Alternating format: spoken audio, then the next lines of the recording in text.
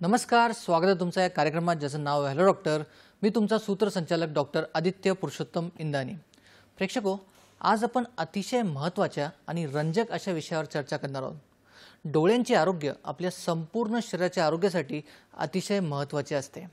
जर डोळ्यांच्या आजारांची आपण यादी पाहिली तर त्यात रिफ्रॅक्टिव्ह एरर म्हणजेच चष्मा लागणे, कॅटरॅक्ट म्हणजेच मोतीबिंदू, ग्लॉकोमा म्हणजे काचबिंदू, रेटायना संबंधित काय आजार त्याच्यात रेटायनल डिटॅचमेंट, कॉर्निया संबंधित काय आजार त्याच्यात केराटायटिस, कंजंक्टिव्हा संबंधित काय आजार कंजंक्टिव्हायटिस व इतरही डोळ्यांच्या अवयवांसंबंधित इतर आजार असतात. पण या आजारांचं योग्य निदान झालं तर आणि योग्य चिकित्सा केली तर या आजारांना आपण सहजपणे टाळू शकतो, यांना मात देऊ शकतो. मग प्रश्न असा पडतो, आयुर्वेदात या आजारांची चिकित्सा किंवा उपचार पद्धती आहे का? तर प्रेक्षको, डोक्यांच्या केसांपासून तर पायांच्या नखांपर्यंत सगळ्या आजारांसाठी, सगळ्या दुर्धर आजारांसाठी आयुर्वेद सक्षम आहे, आयुर्वेद प्रभावी आहे. तर याच पार्श्वभूमीवर आजचा आपला चर्चेचा विषय या प्रकारे आहे. आजचा आपला चर्चेचा विषय डोळा आणि आयुर्वेद. डोळा आणि आयुर्वेद. आणि यासाठीच आज आपल्या सोबत आहेत वैद्य आबासाहेब गडदे सर. सर, स्वागत आहे तुमचं या कार्यक्रमात. नमस्कार. सरांची थोडक्यात ओळख याप्रमाणे आहे. सर MS नेत्र आयुर्वेदाचार्य आहेत. श्री विश्ववल्लभ आयुर्वेदीय चिकित्सालय व पंचकर्म केंद्र पुणे येथे सर कार्यरत आहे. 19 वर्षांपासून सर आयुर्वेद प्रॅक्टिसमध्ये रुजू आहेत. लहान मुलांचे विकार, स्त्रियांचे विकार, वंध्यत्व, वाताचे सर्व आजार, मेंदूचे विकार यासह अनेक आजारांच्या हजारो रुग्णांवरती सरांनी यशस्वीरित्या चिकित्सेने त्यांना बरं केलं आहे. यावर त्यांचा अनुभव आहे. डोळ्यांच्या सर्व दुर्धर विकारांसाठी सरांनी एक विशेष हातखंड मिळवला आहे. सरांची मुख्य शाखा दाहिरी फाटा पुणे, सिंहगड रोड येथे आहे. त्यासोबत इतर शाखा सदाशिव पेठ पुणे, दादर, ठाणे, नाशिक, सांगली तसेच सहाय्यक वैद्यांच्या साहाय्याने सोलापूर, नागपूर, छत्रपती संभाजीनगर, नांदेड या ठिकाणी सर आपली सेवा पुरवतात. तर असे बहुगुणी वैद्य आज आपल्या सोबत आपल्या स्टुडिओमध्ये उपस्थित आहे. तर चला आपण मुख्य कार्यक्रमाला सुरुवात करूया. सर, माझा पहिला प्रश्न तुमच्यासाठी असा आहे की आयुर्वेदात डोळ्यांची चिकित्सा किंवा ट्रीटमेंट होते का? खरं तर प्रश्न खूप चांगला आहे. मुळात सांगेन मी असं की आयुर्वेदातच डोळ्यांची ट्रीटमेंट होते. असं कारण का? तुम्ही बघत असाल जनरली आता खरं तर ज्याला डोळ्याचा आजार नाही त्याला मी काय म्हणतोय कदाचित लक्षात नाही येणार, पण ज्याला विकार आहे त्याला मी काय म्हणतोय त्याची डेप्थ लक्षात यायला लागेल. बऱ्याच वेळेला आपण बघत असतो साधा रांजणवाडी असू दे, साधा डोळे येणं असू दे, ह्या साध्या आजारांची ट्रीटमेंट आहे. बेसिक आयुर्वेदिक कन्सेप्ट विचार केला तर फार पटकन बरं होतं.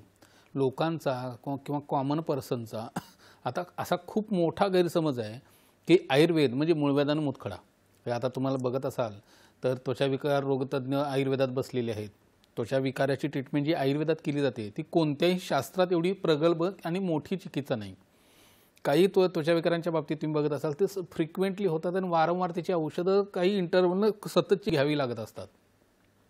तेच त्याचं मूळ कारण शोधलं तर आयुर्वेदानुसार त्याचं कायमची आपल्याला निदान करून कायमची चिकित्सा करून कायमचा बरा करता येतो. हे त्वचा विकाराचं उदाहरण देण्यामागचं कारण त्वचा विकार आहे, किडनीचे विकार आहेत, कॅन्सरसारखे आजार पण आहेत, मेंदूचे विकार आहेत, पोटाचे आहेत, लिव्हरचे, अशा सगळ्या आजारांची आयुर्वेदातच ट्रीटमेंटची मेक आहे. खरं तर आधुनिक शास्त्रानुसार ज्यावेळी विचार करतो त्यावेळेला तात्पुरतं मी बऱ्याच व्याख्यानांमध्ये आपल्या ह्या चॅनेलवरती बऱ्याच व्याख्यानांमध्ये मी सांगत आलो आहे, आधुनिक शास्त्र आणि आयुर्वेदाचे बेसिक लाईन ऑफ ट्रीटमेंट किंवा बेसिक विचार जो आहे तो एंटायरली दोन्हीचा वेगळा आहे. आधुनिक शास्त्र काय दिसतंय त्याच्यावर ट्रीटमेंट करतं आणि आयुर्वेद ते का दिसतं याच्यावरती ट्रीटमेंट करतं.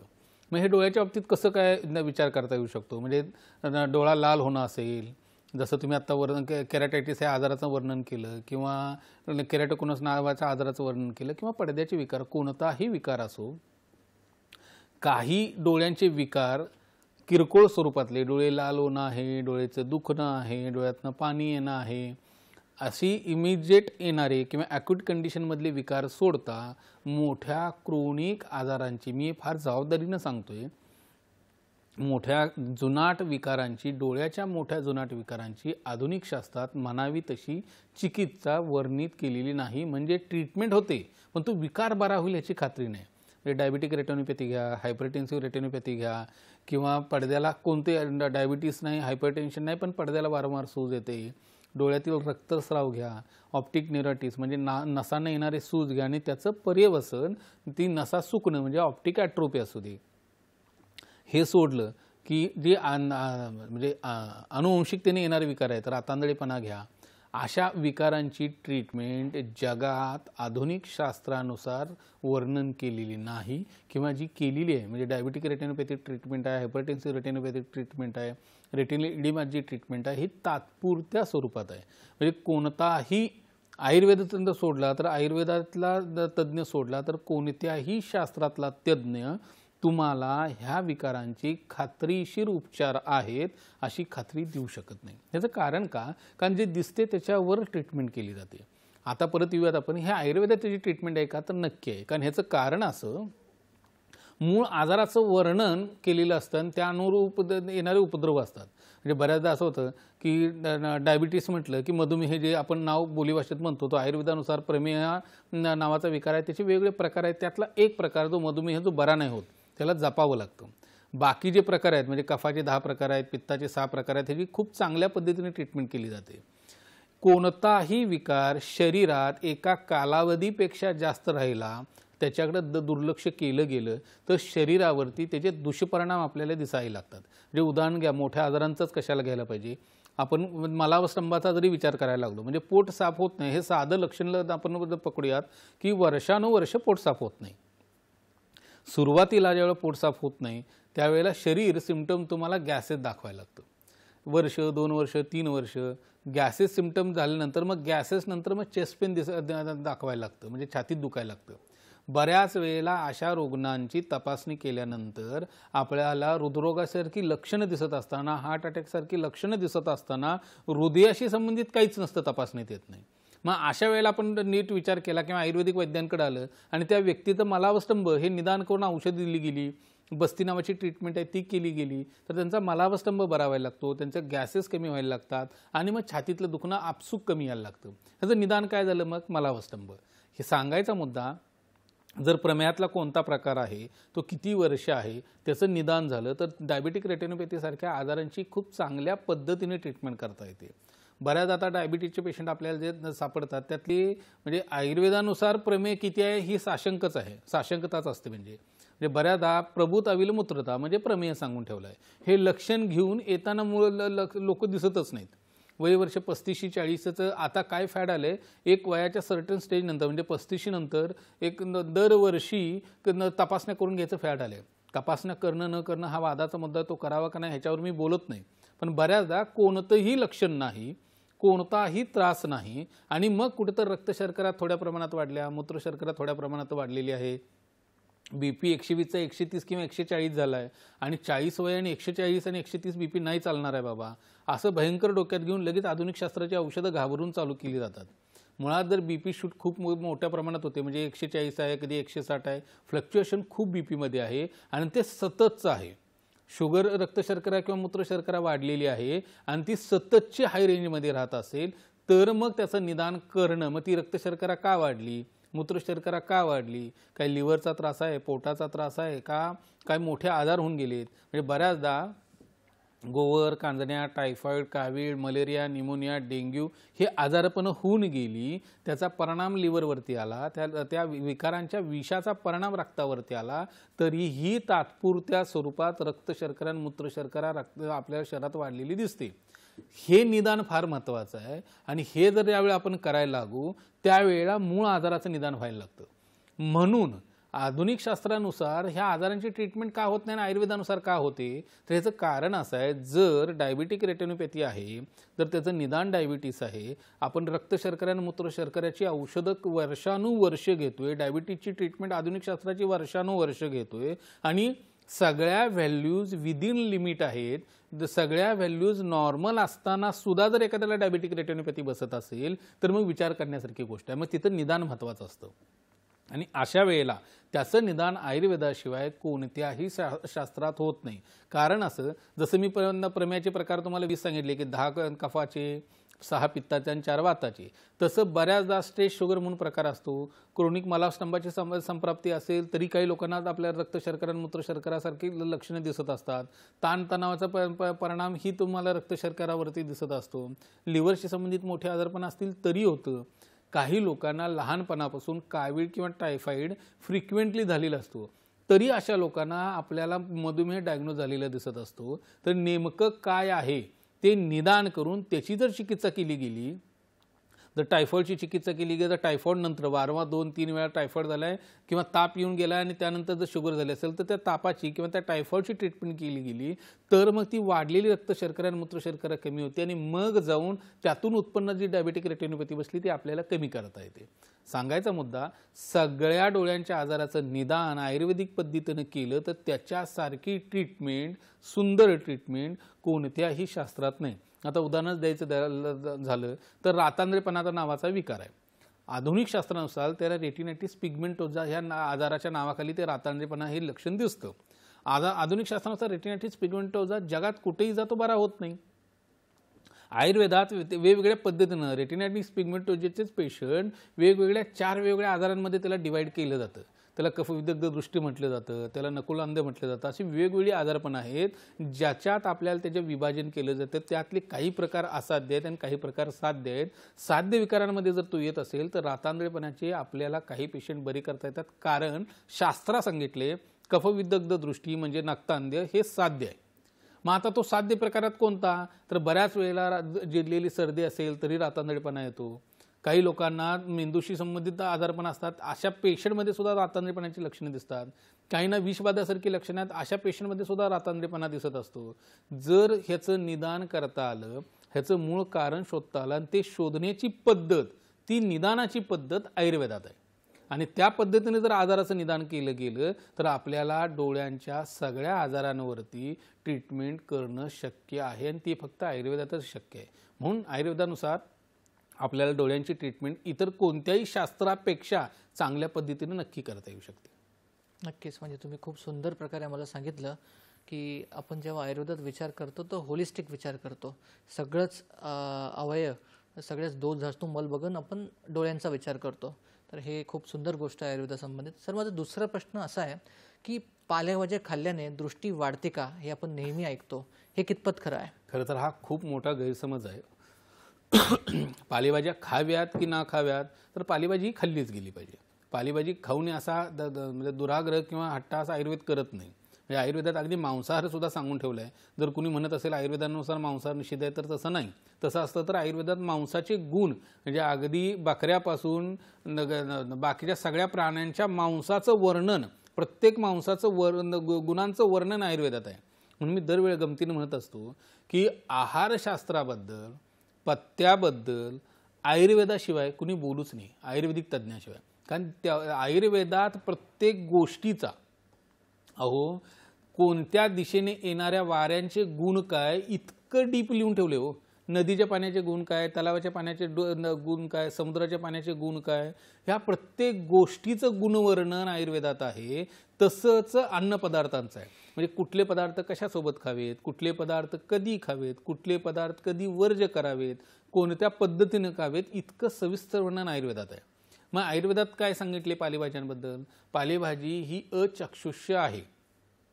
पालेभाजी खाल्ली गेली पाहिजे का नाही? खाल्ली गेली पाहिजे. बऱ्याचदा ज्या बायका पालेभाज्या निवडतात त्यांना ते लक्षात येतं, पालेभाज्याचा देठ तोडला की मग त्यात आता एक केसासारखा धागा दिसतो, ते फायबर्स असतात. बऱ्याच वेळेला शौचाला तुम्ही नीट ऑब्झर्व करा, पालेभाजी ज्यावेळेला खाल्ली जाते दुसऱ्या दिवशी पालेभाजी जशीच्या तसा हिरवा भाग शौचातून मलातून बाहेर पडतो. मग जर पालेभाजी पचतच नाही, पालेभाजी शरीरात ॲब्झॉर्बच होत नाही, तर पालेभाजीचे गुण कसे लागतील? पालेभाजीने डोळ्यांची दृष्टी कशी वाढेल? नाही. आयुर्वेदानुसार पालेभाजी अचक्षुष्य आहे. ते फक्त पित्ताचं सिक्रिशन कोठ्यातलं वाढवतं, ज्याच्यामुळं मळाला पातळपणा येतो, मळाला सॉफ्टनेस येतो आणि पोट साफ होतो. हे झाल्यामुळं ज्यांच्या पोटाच्या तक्रारी आहेत आणि दिसणं कमी आहे, बऱ्याचदा असं होतं बघा, त्या रात्री आपलं 8-10 दिवस जागरण झाले तर आपल्याला लाईट सहन होत नाही, सूर्यप्रकाश सहन होत नाही, डोळ्यावरती त्याचा ताण यायला लागतो, दिसणं कमी यायला लागतं, डोळ्याला पाणी यायला लागतं, नेत्रस्राव हे लक्षण दिसायला लागतं. हे जागरणाचा त्या पित्ताचा परिणाम शरीरावरती येतो. तसंच मलावस्तंभ हे लक्षणं असेल, जसं पोटाशी संबंधित तक्रारी असतील आणि जर त्याचा परिणाम डोळ्यावर येत असेल आणि पालेभाजीनं पोट साफ झालं तर मग मात्र अशा लोकांची दृष्टी सुधारते.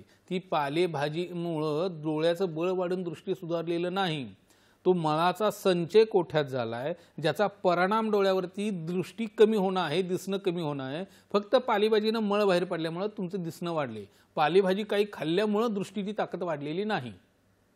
सांगायचा मुद्दा, पालेभाजी हा पदार्थ जेवणातला असणं अपेक्षित आहे, पण तो वीकली एकदा घेणं अपेक्षित आहे.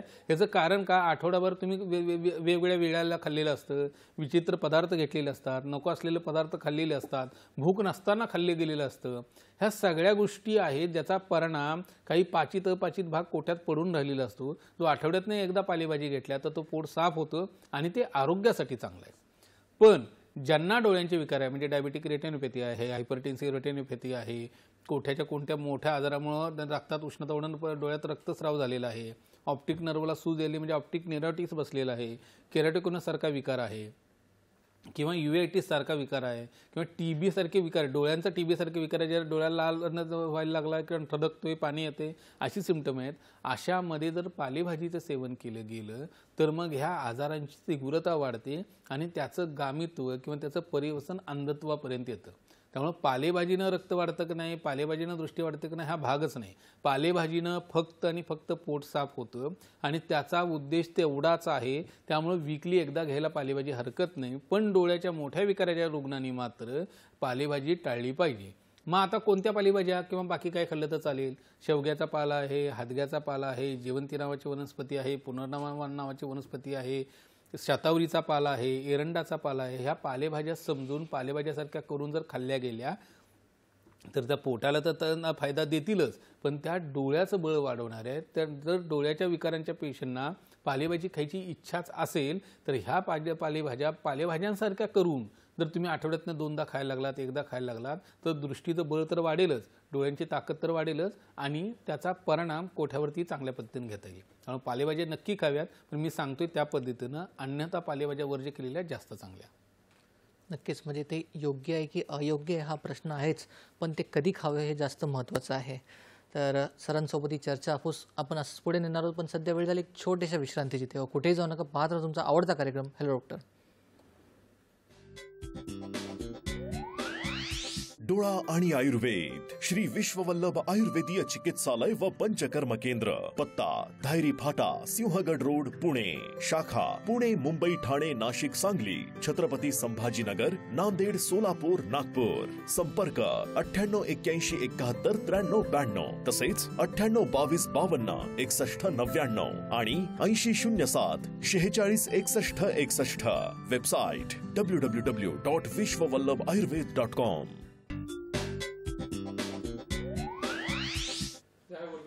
विश्रांतीनंतर परत एकदा स्वागत आहे तुमचं. एक कार्यक्रम ज्याचं नाव हॅलो डॉक्टर आणि आज आपण बोलतो डॉक्टर आबासाहेब गडदे सरांसोबत आणि आजचा आपला चर्चा विषय आहे डोळा आणि आयुर्वेद. याआधी सरांनी आपल्याला पालेभाज्या खाल्ले पाहिजे की नाही याबद्दलही सांगितलं. सर, आज आपल्याला एक प्रश्न येतो आहे, श्रावण पगार बोलत आहे. त्यांचा प्रश्न असा आहे की BP आणि डायबिटीस त्यांचं कंट्रोल आहे, तरी पण त्यांना डोळ्यासंबंधित म्हणजे रेटिना संबंधित काही इजा पोचते, त्यांना आजार आहे. त्यांनी 6 इंजेक्शन घेऊन पण त्यांना फरक पडलेला नाही. तर याबद्दल तुम्ही काय सांगाल? अगदी बरोबर. म्हणजे खरं वय त्यांचं 72 आहे. मी मागाशी सांगितलं तसंच की निदान हे तर फार काउंट करतं. म्हणजे उच्च रक्तदाब आहे आणि डायबिटीस आहे तर त्याचं निदान नाही केलं. काय झालंय, आपण खोट्या भ्रामक गोष्टीत हे अडकले. मी कुठल्या शास्त्राला दोष देत नाही, प्रत्येक शास्त्र त्या त्या ठिकाणी बेस्ट आहे. म्हणजे इमर्जन्सीमध्ये ॲलोपॅथिक मदत घेतली जाते, ती घ्यावीच, त्याच्याबद्दल दुमत नाही, असता कामा नये. मी विचार ह्याच्यासाठी करतोय, मी आयुर्वेदाच्या बाबतीत हे सांगतोय, विकाराची ट्रीटमेंट म्हणजे काय? एखाद्या आजाराची ट्रीटमेंट म्हणजे तो आजार समूळ बरा करणं, म्हणजे त्या आजाराची चिकित्सा झाली. म्हणजे एखादा रुग्ण आपल्याकडे आल्यानंतर मग तो शुगरचा आहे, हायपरटेन्शनचा आहे, थायरॉइडचा आहे, मलावस्तंभाचा आहे, हृदरोगाचा आहे, कॅन्सरचा आहे, सोरायसिस आहे, कोणताही विकार असो, त्याचं निदान करता आलं पाहिजे की हे कशामुळं झाले. जोपर्यंत हे कळत नाही हे कशामुळं झाले तोपर्यंत तो बरा होत नाही. म्हणजे जर एखाद्या सोरायसिसचं, मी नेहमी सांगतो, सोरायसिस आणि पॅरालिसिस या विकारांमध्ये बऱ्याच वेळेला म्हणजे तुम्ही ऑब्झर्व केले की लक्षात येते की प्रचंड तापट लोक जे आहेत ना त्यांना सोरायसिस आणि पॅरालिसिस व्हायची शक्यता जास्त प्रमाणात आहे. स्वभावाचा परिणाम त्याचा रक्तात पित्ताचा उत्कलेश इतक्या मोठ्या प्रमाणात असतो की ते होतच. हे जसं मी सांगतोय, जर अशा व्यक्तींमध्ये तुम्ही औषध उपचार सगळे केले आणि त्यांचा तापटपणा तसाच राहिला तर तो विकार समूळ बरा करणं फार जड जातं. किंवा लिव्हर सिरोसिस बसलेला आहे, लिव्हरशी संबंधित मोठे आजारपण आहेत आणि तो माणूस ड्रिंकर आहे, ड्रिंक करतोय, मद्यपान करतोय, तर मद्यपान मी चालूच ठेवणार आणि तुम्ही मला लिव्हरचा विकार बरा करून द्या म्हटलं तर नाही होणार. हे सांगायचं कारण मूळ हेतू जर मद्यपान असेल तर आधी मद्यपान बंद करता आलं पाहिजे आणि हे आपल्याला कळायला पाहिजे की हे मद्यपान नाही. तसं ज्यावेळेस शुगर आहे म्हणजे डायबिटीस आणि हायपरटेन्शन आहे तर डायबिटीस कशामुळे झाला आहे, तो प्रमेयातला, जसं मगाशी सांगितलं तसं तो प्रमेयातला प्रकार आहे, तो एखाद्या आजाराचा दुष्परिणाम आहे का, तो स्ट्रेस शुगर आहे, हे सगळं निदान करता आलं पाहिजे. कारण ह्या प्रत्येक दिसताना आपल्याला जर रक्त शर्करा वाढली, मूत्र शर्करा वाढली हे जरी दिसत असलं तरी त्याचं प्रत्येकाचं औषध वेगळं आहे. दिसताना रक्त शर्कराच वाढली पण स्ट्रेसमुळे वाढली, त्याचं औषध वेगळं आहे. दिसताना रक्त शर्कराच वाढली पण पोट साफ होत नाही म्हणून आहे, रात्री जागरण झाले म्हणून आहे, किंवा प्रमेहातला प्रकार आहे, प्रमेहातला कोणता प्रकार आहे, तो कफाच्या 10 प्रकारात आहे, पित्ताच्या 6 प्रकारात आहे का वाताच्या 4 प्रकारातला आहे, त्याच्यानुसार त्याची लाईन ऑफ ट्रीटमेंट ठरणार आहे आणि त्यानुसार तो बरा होणार आहे. आणि हे काहीच नाही झाल्यामुळं आधुनिक शास्त्रात हे आहे का नाही, त्याच्यात काय होतं, रक्त शर्करा एवढी वाढली, त्या रेंजनुसार हे औषधांचा डोस आहे तो घ्या, त्यानंतर हे औषधं चालूच राहिल्यानंतर काही दिवसांना परत ही अनकंट्रोल होते, मग गोळ्यांचे डोस बदलले जातात किंवा इन्शुलिनवरती शिफ्ट केलं जातं. सेम हायपरटेन्शनच्या बाबतीत आहे. जोपर्यंत ह्या आजाराचं निदान करता येत नाही तोपर्यंत ती ट्रीटमेंट होणार नाही. आता राहिला भाग इंजेक्शनचा. आधुनिक शास्त्रानुसार रेटिनल इडिमा असताना इंजेक्शन शिवाय दुसरं भारतात नाही जगात दुसरी ट्रीटमेंट नाही, इंजेक्शनच दिलं जातं. मग इंजेक्शननं बरं होतं का नाही, इंजेक्शननं तात्पुरत्या स्वरूपात आपल्या पडद्याची सूज कमी येते, काही कालावधीनंतर परत येते. हे मी सांगत नाही, तुम्ही जिथं इंजेक्शन घेताय त्या डॉक्टरांशी बोला, तेही तुम्हाला ते सांगतील. कोणताही आधुनिक शास्त्राचा डॉक्टर का आधुनिक कोणत्याही शास्त्रातला डॉक्टर तुम्हाला इंजेक्शन बद्दल खात्री देऊ शकत नाही की इंजेक्शन घेतल्यानंतर हे कायमचं बरं झालं. का? कारण आपण ट्रीटमेंट कशाची केली, जी सूज दिसते त्याची इंजेक्शनने ट्रीटमेंट केली, ती का सूज आली त्याचा विचारच करत नाही ना आपण.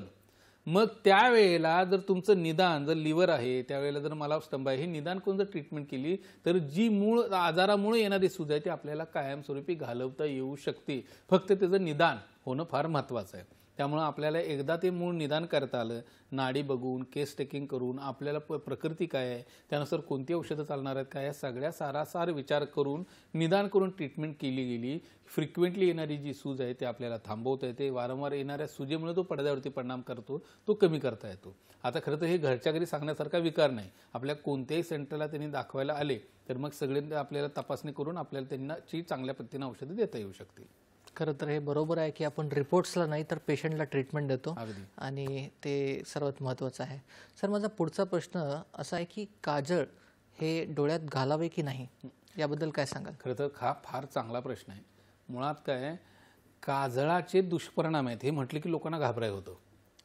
खरं तर काजळ चांगलं की वाईट, म्हणजे एखादी काजळ हे उदाहरण असं आहे बरं का, एखादी चांगली गोष्ट चुकीच्या पद्धतीनं केली तर त्याचे दुष्परिणाम किती भयंकर होतात ह्याचं सांगायचं असेल तर उदाहरण काजळाचं आहे. म्हणजे गंमत सांगतो, काजळ इक्विव्हॅलेंट टू गॉगल आहे. म्हणजे मी काय म्हणतो नीट लक्ष देऊ नये का, जर गॉगल जे डोळ्यांचं रक्षण करतं किंबहुना त्याच्यापेक्षा चांगल्या पद्धतीनं काजळ करतं, इतकंच काजळाचा फायदा डोळ्यांसाठी आहे. काजळ हे खरं तर नित्यानं घालायला हवं. पण मग आपण काजळाकडे बघताना तसं बघतो का? काजळाकडे किती लोक, म्हणजे आता ज्या मुली घालतात काजळ, त्या किती मुली चला डोळ्यांचं रक्षण होते, चला डोळ्यांसाठी चांगलं आहे म्हणून काजळ घातला, तो नाही, ते दिसायला चांगलं असावं म्हणून काजळ घातलं जातं. मग हिथं उद्देशच वेगळा असल्यामुळं त्याचं वापर वेगळ्या पद्धतीने व्हायला लागला. म्हणजे काय होतं, काजळ खरं तर वापरलं कशाचं पाहिजे, एरंड तेलाचं काजळ करून वापरायला पाहिजे, कोरफडीचा गरज याच्यामध्ये वापरला जातो, किंवा गाईच्या तुपाचं एरंड काजळ करून वापरलं पाहिजे, ज्याच्यात कोरफडीचा परत वापर करता येतो. माक्याचा रस आणि तूप किंवा माक्याचा रस आणि एरंड तेल याचं काजळ करून वापरलं पाहिजे. ह्या गोष्टी ह्या डोळ्यातल्या दोषांचं हनन करणारे आहेत, काढणारे आहेत. पण तेच नेमकं उलट्या पद्धतीनं ज्यावेळेस केमिकलयुक्त काजळ ज्यावेळेस वापरलं जायला लागतं त्याचा परिणाम डोळ्यावरती खूप मेजर इम्पॅक्ट येतो. तुम्ही बऱ्याचदा बघा आपण मेकअप करत असताना काजळ किंवा जे वेगवेगळ्या पद्धतीचे पावडर किंवा लेप आयलिडच्या तिथं लावले जातात आणि ते डोळ्यात सततचं पिंच करायला लागलं तर मग मात्र त्या केमिकलचा परिणाम आयलिडवरती तर होतोच, पण आपल्या अश्रुग्रंथी आणि टियर फिल्म म्हणजे अश्रूंची जी एक फिल्म तयार होते डोळ्यामध्ये त्याच्यावरचं खूप मेजर इम्पॅक्ट यायला लागतो.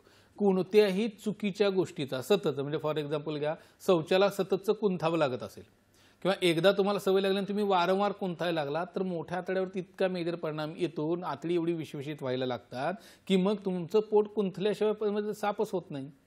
तसं जर सततच्या केमिकलचा वापर आपण डोळ्यावरती करायला लागतो, काजळाची सवय लागली आपल्याला आणि त्या काजळाचा सततचा संपर्क त्या टियर फिल्मशी किंवा डोळ्याशी यायला लागला तर टियर फिल्म ब्रेक व्हायला लागते, डोळे कोरडे पडायला लागतात, डोळे लाल व्हायला लागतात, डोळ्यांना सूज यायला लागते, अश्रुग्रंथींवरती खूप मोठ्या प्रमाणावरती त्याचा परिणाम येतो. अगदी ड्राय आय पासून डोळ्यांना सूज येण्यापर्यंत मोठ्या आजारांचा सामना अशा पोरींना किंवा अशा बायकांना करावा लागतो. त्यामुळे काजळ घालावं पण ते केमिकल युक्त घालून चालत नाही. बऱ्याच वेळेला मी असं सांगतो की मग असा प्रश्न येतो की काजळ करतात कसं खरं तर, आणि काजळ घरच्या घरी घ्यावं की मग कंपनीचं घ्यावं. सिंपल गोष्ट आहे. कोरफडीचा गर काढला, एका प्लेटला तो थापला आणि तो वाळवला आणि ते ताट उलटं करून त्याच्या खाली ते तुपाचा किंवा एरंड तेलाचा दिवा लावला रात्रभर आणि जी काजळी पकडली जाते ती पकडून त्यात तूप किंवा एरंड तेल घालून जर एक काजळाची डबी तयार करून ठेवली ती खूप दिवस जाते पण आणि कुठल्या कंपनीची घ्यायची गरज नाही. सेम माक्याच्या रसाच्या बाबतीत करता येतं. ह्या पद्धतीनं केलेलं काजळ जर डोळ्यांसाठी वापरलं गेलं तर डोळ्यांचं आरोग्य टिकवण्यासाठी खूप चांगल्या पद्धतीने या काजळाचा वापर आपल्याला करता येतो. पण हेच काजळ आपण केमिकलयुक्त वापरलं तर मात्र आपल्याला डोळ्यांच्या आजाराचं निमंत्रण आहे हे लक्षात घ्यायला पाहिजे. म्हणजे नैसर्गिकरित्या जे बनतंय काजळ ते महत्त्वाचं आहे. अगदी बरोबर. आपण सरांसोबत ही चर्चा असंच पुढे नेणार आहोत, पण सध्या वेळ जरी छोट्याशा विश्रांतीची, तेव्हा कुठेही जाऊ नका. पाहत राहा तुमचा आवडता कार्यक्रम हॅलो डॉक्टर. डोळा आणि आयुर्वेद श्री विश्ववल्लभ आयुर्वेदीय चिकित्सालय व पंचकर्म केंद्र. पत्ता धायरी फाटा, सिंहगड रोड, पुणे. शाखा पुणे, मुंबई, ठाणे, नाशिक, सांगली, छत्रपती संभाजीनगर, नांदेड, सोलापूर, नागपूर. संपर्क 9881719392 तसेच 9822526199 आणि 8007466161. Website www.vishwavallabhayurved.com.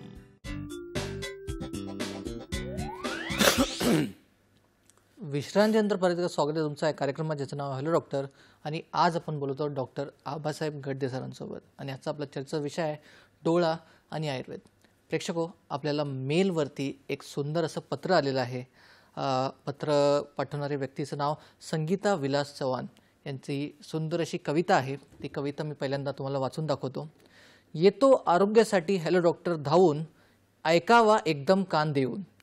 असावी हॅलो डॉक्टरमधली उपाय ऐकण्याची वृत्ती, करावी हॅलो डॉक्टरमध्ये सांगितलेली कृती. हॅलो डॉक्टरमध्ये सांगितलेली कृती केलीच आत्मसात, मिळणार आनंदाने जगण्याची साथ. हॅलो डॉक्टरमुळे होते आनंदाने जगण्याची इच्छा, माझ्यातर्फे हॅलो डॉक्टरला येणाऱ्या दसऱ्याची शुभेच्छा. तर अशी सुंदर कविता, सुंदरसं पत्र आपल्याला संगीता विलास चव्हाण यांनी पाठवलं आहे. तर आपला पुढचा प्रश्न घेऊया सर. माझा प्रश्न असा आहे की गाजर हा गाजरचा बऱ्याचदा डोळ्यांच्या आरोग्यांसाठी वापर केला जातो. असं सांगितलं जातं की गाजराने नंबर कमी होतं, रिफ्रॅक्टिव्ह एरर कमी होतं. तर गाजरचा वापर डोळ्यांसाठी कसा करावा, काय सांगाल? खरं तर ह्याला एक उदाहरण मला देता येईल. म्हणजे आयुर्वेदात गहू हे अस्थि संधानकर सांगितले. अस्थि संधानकर म्हणजे हाडं सांधून आणतं. मग आपण लहानपणापासून पोळ्या खातोय, गव्हाच्या पोळ्या खातोय, फुलके खातोय, म्हणजे आपली हाडं तुटलीच नाहीत पाहिजेत, ब्रेकच नाही व्हायला पाहिजेत. मग अस्थि संधानकर काम होतंय का? तसं नाही होत आहे. सांगायचा उद्देश, कोणताही पदार्थ तो कोणत्या प्रमाणात आणि कोणत्या फॉर्ममध्ये घेतो त्यानुसार त्याचं काम ठरत असतं. म्हणजे तेच गव्हाचे जर आपण काढा करून घ्यायला लागलो, गव्हाचा औषधी प्रमाणात त्याचं सेवन करायला लागलो तर त्याचं काम हे अस्थि संधानकर व्हायला लागेल. तेच जर पोळ्यांच्या स्वरूपात घ्यायला लागलो तर त्याचं भरण जे आहे ना म्हणजे पोट भरण्या याचाच त्याचा फायदा होतो. ते अस्थिसंधानकर म्हणून काम किती करेल ही शक्यता कमी आहे. सांगायचा मुद्दा हे जसं आहे तसंच गाजराच्या बाबतीत आहे. आता गाजर लहानपणापासून सगळी खात असतात. जर डोळ्यांचे विकार गाजरानं येणारच नसते तर आत्तापर्यंत कुणालाच डोळ्याचे विकार आले नसते. हा पहिला मुद्दा. किंवा दुसरा असा आहे, महाराष्ट्रीयन आया ज्या आहेत ते एकदा मुलाला डोळ्याशी संबंधित काय आजार आला की ते डॉक्टर वैद्य हे सगळे नंतर आहेत. पहिल्यांदा काय चालू होतं तर गाजराचे प्रयोग घरच्या घरी चालू होतात. ते गाजराचा रस दिला जातो, गाजराचा हलवा दिला जातो, कच्चं गाजर खायला दिलं जातं, गाजराची भाजी दिली जाते. सगळ्या पद्धतीनं केन प्रकारे पोटात मॅक्झिमम कसं गाजर जाईल जेणे माझ्या बाळाचा डोळा बरा होईल असा भाबडी आशा ठेवून ह्या आया सगळ्या गाजर पोटात घालत असतात. पण नेमकं उलटं होतं.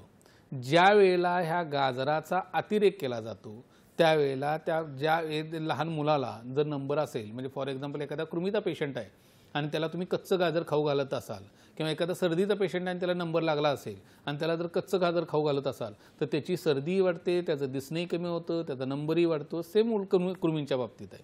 त्यामुळं गाजराचा अतिरेक सेवन, तो कंद आहे, तो पचायला जड आहे, त्याचा अतिरेक सेवन कोणत्याही विकारात चालत नाही. मग गाजर खावं की नाही हा मुद्दा वेगळा. म्हणजे डोळ्यांसाठी गाजरात द्यायचं असेल तर भाजीच्या स्वरूपात दिले, कधीतरी आठवड्यातून एकदा हलवा करून दिलाय तर गोष्ट वेगळी. पण रोज कोणत्या ना कोणत्या फॉर्ममध्ये जर तुम्ही गाजर देत राहिलात तर त्याचा परिणाम पोटावरती खूप मोठ्या प्रमाणात येतो. जर वावडिंग नावाचा औषध आहे, वावडिंगासोबत गाजराचा रस दिला तर कृमी पातन होतो.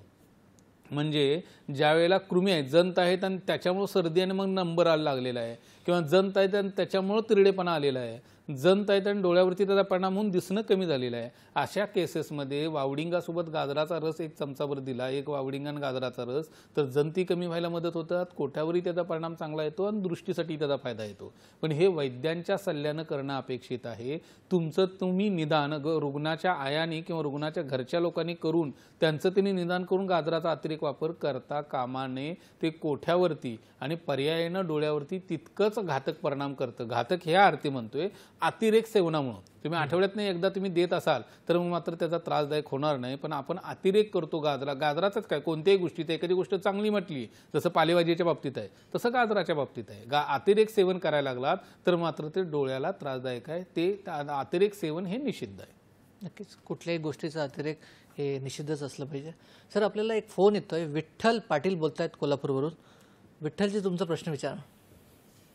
हा सर, आपण लहान मुलांची हिवाळ्यामध्ये थंडीच्या दिवसामध्ये डोळ्यांची काळजी कशी घेऊ शकतो? सांगतो. धन्यवाद.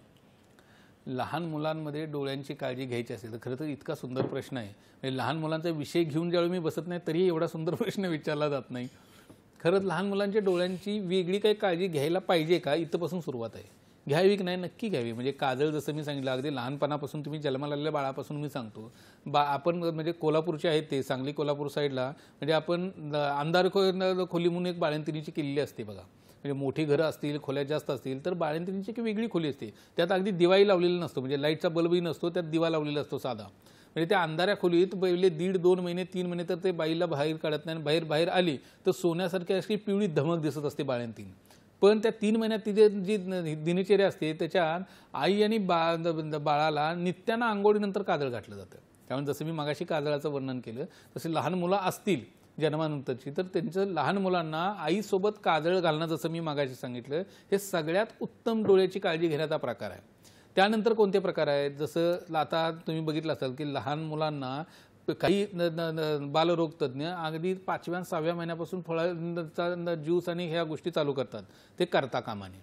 दात येऊपर्यंत आईचा दूध हेच मुख्य आहार बाळाचा असायला पाहिजे.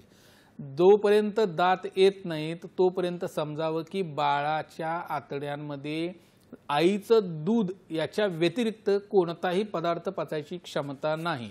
एकदा दात शरीरानं तयार केले की मग मात्र ते समजावं की आता तुम्ही बाहेरच्या गोष्टी हळूहळू द्यायला हरकत नाही. जोपर्यंत आतड्यामध्ये बाहेरचे पदार्थ पचवायची क्षमता येत नाही तोपर्यंत बाळाचे दात तयार होत नाहीत किंवा बाहेर पडत नाहीत. म्हणून असं होतं का कधी ठरलेल्या दिवशी म्हणजे 7 महिने झाल्यानं 8व्या महिन्याच्या पहिल्या दिवशी सगळ्यांना दात आले, असं नाही होत.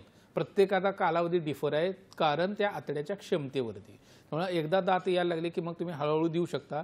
पण लहान मुलांना कफाचं वर्धन होईल असे कोणत्याही गोष्टी आपण वर्ज करायला हव्यात. दात यायला लागल्यानंतर आस्ते आस्ते बाकीचे पदार्थ द्यायला चालू करा, पण फळं, कफवर्धन करणाऱ्या गोष्टी ह्या गोष्टी डोळ्यांसाठी नाही, म्हणजे बाकीचे आरोग्य तर आहेच, पण डोळ्यांसाठी फार घातक आहे, म्हणून कफवर्धन करणाऱ्या गोष्टींचं आपल्याला वर्ज्य करायला पाहिजे.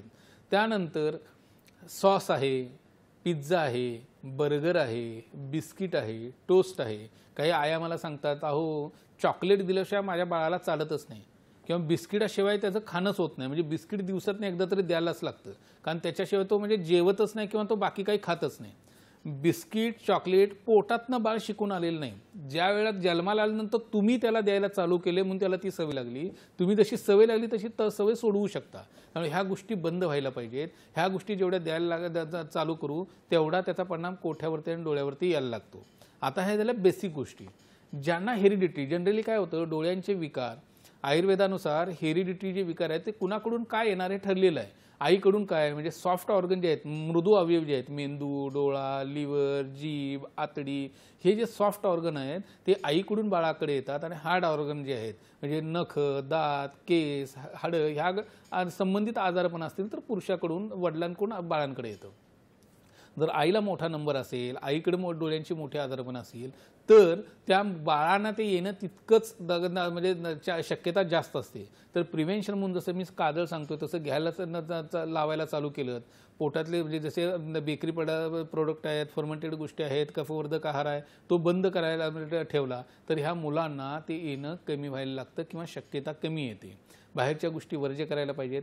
अशा मुलांना आठवड्यातनं एकदा, लहान मुलांना डोळ्याचीच काय बाकी शारीरिक सगळ्या वाढीसाठी आठवड्यातनं एकदा, कोणताही विकार असो अगर नसो, कोणत्याही विकारासाठी नाही, जनरली पूर्वीच्या ज्या आज्या द्यायच्या की चहा किंवा गरम दुधातनं एरंड तेल दिलं जायचं, तसं आठवड्यातनं एकदा एरंड तेल द्यायला पाहिजे. अंगाला लहान मुलांच्या तेल लागणं अपेक्षित आहे, मसाज करणं अपेक्षित आहे. लहान मुलांचा जर अंगाचा मसाज व्यवस्थित चांगल्या पद्धतीनं व्हायला लागला तर ह्या सगळ्या गोष्टींचा, म्हणजे जसं अगदी लहानपणापासून सांगितलं, ह्या सगळ्या गोष्टींचा बाळाच्या वाढीवरती खूप चांगला परिणाम होतो आणि आपल्याला डोळ्यांच्या आजारापासून रक्षण होतं. ह्याच्यासोबतच जसं मोबाईल, कॉम्प्युटरचा वापर कमी करणं अपेक्षित आहे, तसंच मैदानी खेळ खेळणं तितकेच गरजेचं आहे. पोरांच्या अभ्यासावर फोकस नक्की करा, पण पोरांना मॅक्झिमम मैदानी खेळ खेळायला द्या. म्हणजे शारीरिक वाढ तर उपयोगी, शारीरिक वाढीसाठी तर ते उपयोगी पडतंच, पण मैदानी खेळ खेळल्यानंतर डोळ्यांचं आरोग्य खूप चांगल्या पद्धतीनं राहतं आणि डोळ्यांना लवकर नंबर लागत नाही किंवा दिसण्यावरती त्याचा खूप चांगला परिणाम येतो. ह्या काही छोट्या छोट्या गोष्टी आहेत, एवढ्या साध्या जीवनात हे मला का सांगावं लागतं, कारण हे बंद झाले. खरी सांगण्याची गोष्ट नाही. म्हणजे लहान मुलांना फळं देऊ नका, लहान मुलांना बेकरी प्रोडक्ट देऊ नका, लहान मुलांना खेळायला पाठवा, ही काय कुठल्या डॉक्टरनं सांगायची गोष्ट नाही, पण हे आता बंद झाले. हे ज्या रुटीन गोष्टी होत्या त्या बंद झालेत, म्हणूनच लहान मुलांना लहान वयात आपल्याला नंबरसारख्या आजारपणे दिसायला लागतात. ह्याच्यासोबतच एक अतिरेक केला जातो की अंडी खूप चांगली, म्हणून लहान मुलांना अगदी रोज एक अंडे दिले जातं. त्याचाही अतिरेक बंद करायला पाहिजे, कारण आता जे बाजारात येतात त्या कोंबड्यांना अंडी देण्यासाठी हार्मोनची इंजेक्शनं किंवा औषधे दिली जातात, ज्याचा परिणाम त्या अंड्यांमधून त्या पोरांच्या वाढीवरती येतो. प्युबर्टी लवकर यायला लागते आणि बऱ्याच अंशी धातूवरती आणि डोळ्यावरती त्याचा परिणाम खूप मोठा बघायला मिळतो. त्यामुळे देशी अंडी खायची असतील तर देशी अंडी, आणि तेही प्रमाणशीर. ह्या गोष्टींचा अतिरेक आपल्याला टाळता आला, लहान मुलांचे डोळ्यांचं आरोग्याचं रक्षण नक्की करता येऊ शकेल. नक्कीच. म्हणजे प्रकृती बघून, दिनचर्या, ऋतुचर्या, त्यासोबत इतरही आयुर्वेदाचे जे कॉन्सेप्ट्स आहे त्यानुसार आपण लहान मुलांची, वृद्धांची आणि इतर सगळ्यांची काळजी घेऊ शकतो. आपण सरांसोबत ही चर्चा असंच पुढे नेणार आहोत, पण सध्या वेळेला एक छोट्याशा विश्रांतीची. तेव्हा कुठेही जाऊ नका, पाहत राहा तुमचा आवडता कार्यक्रम हॅलो डॉक्टर.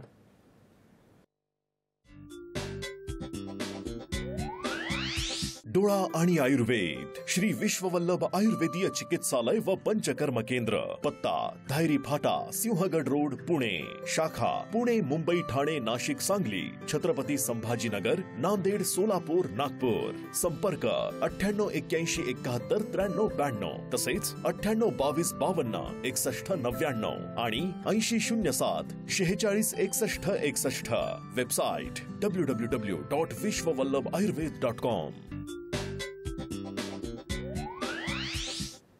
विश्रांतीनंतर परत एकदा स्वागत आहे तुमचं एक कार्यक्रमात ज्याचं नाव आहे हॅलो डॉक्टर. आणि आज आपण बोलत आहोत वैद्य आबासाहेब गडदे सरांसोबत. आणि आजचा आपल्या चर्चेचा विषय आहे डोळा आणि आयुर्वेद. विश्रांतीच्या आधी लहान मुलांची काळजी कशी घ्यायची व डोळ्यात काजळ घाललं तर काय परिणाम होऊ शकतो, गाजरचा आपण उपयोग कसा करावा किंवा इतर पालेभाज्या कसे खाव्या याबद्दल सरांनी आपल्याला मार्गदर्शन केलं.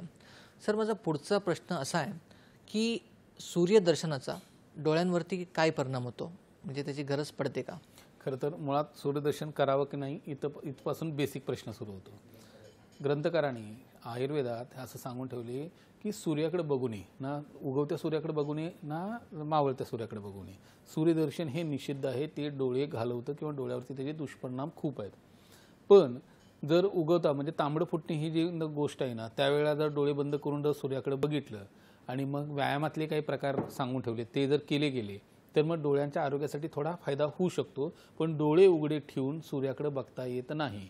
अशा वेळेला त्याची ट्रीटमेंट बऱ्याचदा, जसं आपण तुम्ही बघत असाल गणपती किंवा नवरात्री आता चालू आहेत, ह्याच्यात बऱ्याच वेळेला DJ किंवा वेगवेगळ्या ह्याचं हे लावून डान्स केला जातो आणि तिथं ते म्हणजे रेज सोडली जातात वेगवेगळी लाईटची, आणि त्याचा परिणाम मॅक्युलर बर्नसारखा म्हणजे पडद्या जळण्या इतपत मेजर परिणाम येतो.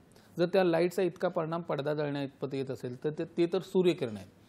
दुसरी एक कन्सेप्ट अशी असते की कोवळं ऊन म्हणजे त्यांना नऊचं सुद्धा कोवळं ऊन वाटतं. खरं तर कोवळं ऊन हे नऊचं कोवळं ऊन नाही, तांबडं फुटणं ह्या वेळचा तो इम्पॅक्ट आहे. आणि लोक त्याच्या नावाखाली 9 वाजेपर्यंत लहान मुलांनाही ह्याच्यात जीवनसत्वासाठी उन्हात टाकत असतात, आणि त्याचा परिणाम जर चुकून जरी लहान मुलं सतत सूर्याकडे बघायला लागलं तर त्याचा परिणाम पडद्यावरती खूप मेजर येतो आणि दृष्टी कमी व्हायला लागते.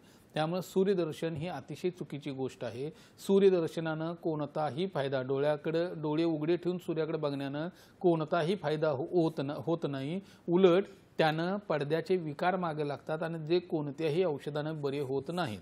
त्यामुळे सूर्यदर्शन करणं अतिशय चुकीची गोष्ट आहे. नक्कीच.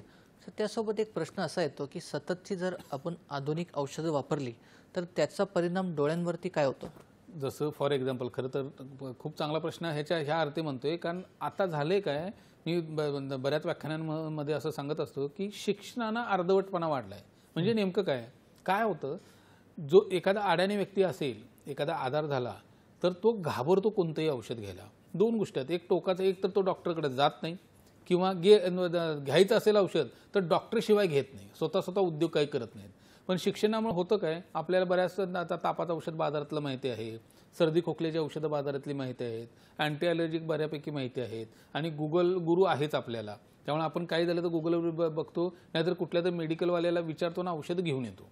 ह्याचा परिणाम खूप मोठ्या प्रमाणात शहरावरती होतोच, पण जनरली घरच्या घरी ज्या साध्या आजारांची आपण औषधं बाहेरच्या बाहेर घेतो त्याचा परिणाम डोळ्यावरती खूप मेजर येतो. फॉर एक्झाम्पल, सततच्या शिंकाने सर्दीचा विकार असेल आणि त्याच्यासाठी जी अँटी ॲलर्जिक औषधं घेतली जातात आणि सततची घेतली जातात. आयुर्वेदिक औषधं घेण्यापेक्षा ही लोक काय करतात, आधुनिक डॉक्टरांना प्रेफर करतात, त्या डॉक्टरकडे जातात, ती औषधं घेतात. ज्यावेळेस सर्दी चालू होते त्यावेळेस 2, 4, 6 महिने ही त्या रेग्युलरली त्या डॉक्टरकडे फॉलोअप दिला जातो आणि औषध दिली जातात. मग त्या 5-6 महिन्यात त्यांना अंदाज येतो की हा डॉक्टर XYZ ही ठरलेली औषधच वापरतो. मग त्या डॉक्टरकडे जाणं बंद होतं आणि मग ही लोक तीच औषधं मेडिकलमधली सततची वापरायला लागतात. ज्या वेळेला सततची अँटी ॲलर्जिक औषधं वापरली जातात त्याचा परिणाम सायनसवरती, लिव्हरवरती आणि पर्यायानं डोळ्यावरती खूप मोठा येतो. म्हणजे सर्दी आणि सर्दीची औषधं आधुनिक शास्त्राची, त्याचा परिणाम चष्मा लागणं, दिसणं कमी होणं, तिरळेपणा येणं, सतत डोळ्याला लाली येणं, सूर्यप्रकाश डोळ्याला सहन न होणं, जर शुगर आणि हायपरटेन्शनचे संबंधित लोक असतील तर त्याचा परिणाम पडद्यावरती, नसांवरती येण्या इतपत मेजर परिणाम त्या आधुनिक शास्त्राच्या औषधांचा होतो. तसंच आम्लपित्त नावाचा विकार आहे ज्याच्यात अँटीॲसिड सततची घेतली जातात. एक तर थंड दूध पिणं किंवा अँटीॲसिड वापरणं. ह्या अँटीॲसिडचा परिणाम पित्त सप्रेस करतं. एक शरीरात झालेला बिघाड किंवा वाढलेल्या पित्तासाठी तुम्ही अँटीॲसिड घेतलं तर त्याचा काहीतरी वेगळा बाय प्रोडक्ट तयार होतो, पित्त कुठंच जात नाही. आणि मग तो जो बाय प्रोडक्ट तयार होतो शरीरात, तो शरीराला फार हानिकारक आहे आणि स्पेशली डोळ्यांसाठी आणि सांध्यांसाठी ते जास्त घातक आहे. अशा लोकांमध्ये बऱ्याच वेळेला काहीही कारण नसताना, शुगर BP काहीही नसताना जर अँटीॲसिड सततची घेतली गेली तर ऑप्टिक नेरायटिस आणि रेटिनल इडिमासारखी मोठी आजार पण मागे लागतात. काही लोकांना तर डोळ्यात रक्तस्रावही होतो. त्यामुळे आधुनिक शास्त्राची औषधं सल्ल्याशिवाय घेणं किंवा सततच सल्ला घेऊनही एखादा आजार स्वतःची जर आधुनिक शास्त्राची औषधं खावी लागत असतील तर हे अतिशय धोक्याचं शरीरासाठी आणि डोळ्यांसाठी नक्की आहे. त्याचा परिणाम डोळ्यावरती तर होतोच आणि त्याचं पर्यवसान अंधत्वापर्यंत जात असतं. नक्कीच सर. आपल्याला एक फोन येतोय, बजरंग बोलतायत, त्यांचा पण प्रश्न बघूया. हा सर, नमस्कार. नमस्कार सर. आपल्याला डोळे लाल होते हो सर. कधीपासून? 2-3 वर्ष झालं. उन्हात गेलं की डोळे लाल होते. कधी म्हणजे 2-3 वर्षापासून? सर्दी वगैरे आहे का?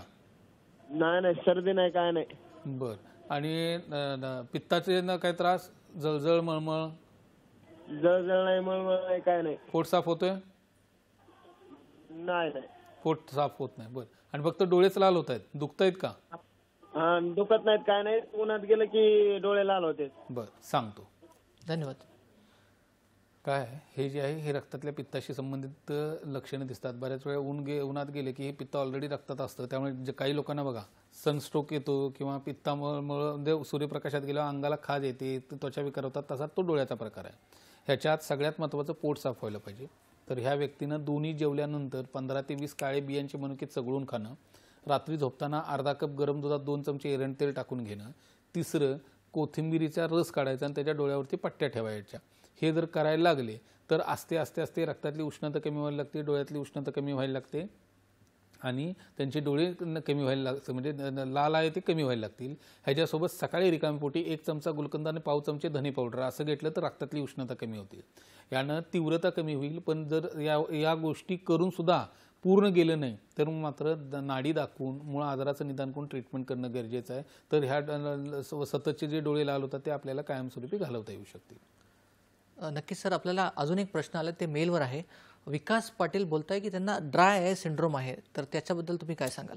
जसं ड्राय सिंड्रोम असेल तर मुळात तो कॉम्प्युटर वर्क आहे का, कॉम्प्युटर वर्क आहे तर किती वेळ करायला लागतं, जसं मी काजळ घालायला सांगतोय तसे काही सवयी आहेत का, ड्रिंक करतायत का, नॉनव्हेजचं सेवन किती प्रमाणात होतं, मलास्तंभाची लक्षणं आहेत का, लिव्हरशी संबंधित काय आजारपण आहेत का, ह्या सगळ्या गोष्टींचा विचार करायला लागतो.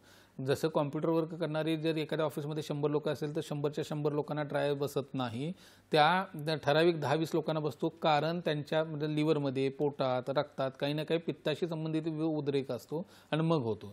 त्यामुळे हे आहे का मानसिक आजारपण आहेत का सर्दी आहे आणि त्याचे औषध उपचार चालू आहेत आणि मग ड्राय झाला, हे बघून जर ट्रीटमेंट केली तर आजाराची ड्राय सिंड्रोमची आपल्याला ट्रीटमेंट करता येते. पण घरच्या घरी तळपायाला एरंड तेलाचा मसाज घेणं, रात्री झोपताना एरंड तेल डोळ्याच्या वरून हलक्या हाताने मसाज करणं आणि जसं मागच्या रुग्णाला सांगितलं तसे 1 चमचा गुलकंद आणि पाव चमचा धने पावडर सकाळी रिकामपोटी घेणं, हे करायला लागले तरी ड्रायमध्ये त्याचा फरक पडायला लागेल. पण ड्राय हा विकार खूप मोठा आहे, त्यामुळे वैद्यांच्या सल्ल्याने ट्रीटमेंट केली तर त्याची चिकित्सा खूप चांगल्या पद्धतीने करता येऊ शकते.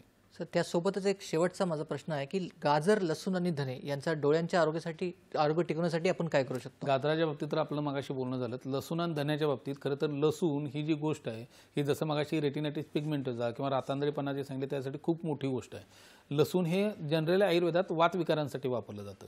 वातविकारात वापरायची पद्धत लसूणादी वटी किंवा लसूण रसायन अशा औषध आलेत. पण नेत्रामध्ये वापरताना मात्र लसूण शुद्ध करून जर त्याच्या कळ्या वापरल्या गेल्या, ज्यांना रातांधळेपणा आहे त्या स्पेसिफिक त्या दह्यात जर 12 तास भिजत घातलं, दुसऱ्या दिवशी लसूण स्वच्छ धुवून घेतला, पुसून घेतला, आतल्या त्याला नार काढला आणि तो तुपात परतून घेतला आणि सकाळ संध्याकाळ एक जर लसणाची कुडी खायला लागले तर रातांधळेपणाचं जे आजार वाढत असतो तो थांबवण्यावरती लसणाचा खूप चांगल्या पद्धतीने आपल्याला वापर करून घेता येऊ शकतो. ह्याच लसणाचा वापर जर हृदयासाठी, जर हृदशूल असेल, छातीत दुखत असेल तर त्याचा लेप वैद्यांच्या सल्ल्यानं हृदयावरती करून घ्यावा की त्यांना छातीतलं दुखणं खूप चांगल्या पद्धतीने कमी होतं. तसंच वातविकार असताना डोळ्यावरती UIT सारखे परिणाम येत असेल, वातविकार असताना डोळ्यात दुखणं, डोळा लाल होणं, दिसणं कमी होत असेल, त्याच्यासाठी लसणाचा वापर खूप चांगल्या पद्धतीने करता येतो. तसंच धने किंवा धन्याचा ओले, सुके आणि ओले म्हणजे कोथिंबीर आणि सुके धने ह्या दोन्हीचा वापर डोळ्यामध्ये अमृतासारखा करता येतो. धन्यापासून बनवलेले एक धान्य कावले म्हणजे गुलकंद, धने, चांदीचा वर्का असे कॉम्बिनेशन केलेलं धान्य कावले नावाचं औषध आहे.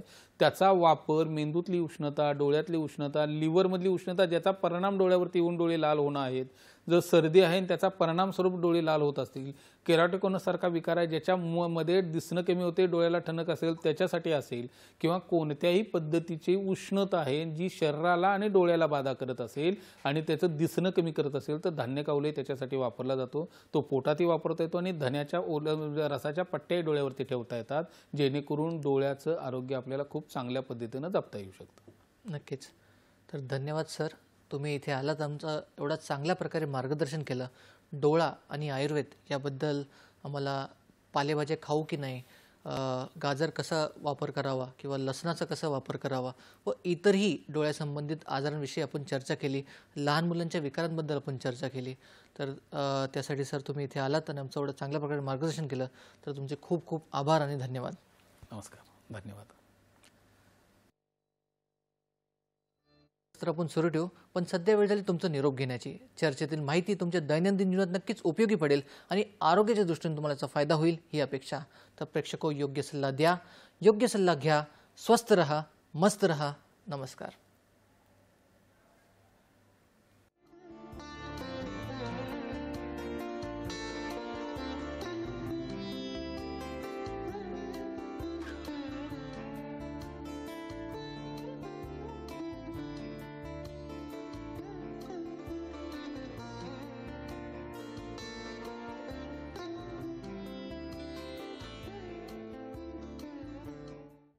आणि आयुर्वेद श्री विश्ववल्लभ आयुर्वेदीय चिकित्सालय व पंचकर्म केंद्र. पत्ता धायरी फाटा, सिंहगड रोड, पुणे. शाखा पुणे, मुंबई, ठाणे, नाशिक, सांगली, छत्रपती संभाजीनगर, नांदेड, सोलापूर, नागपूर. संपर्क 9881719392 तसेच 9822526199 आणि 8007466161. Website www.vishwavallabhayurved.com.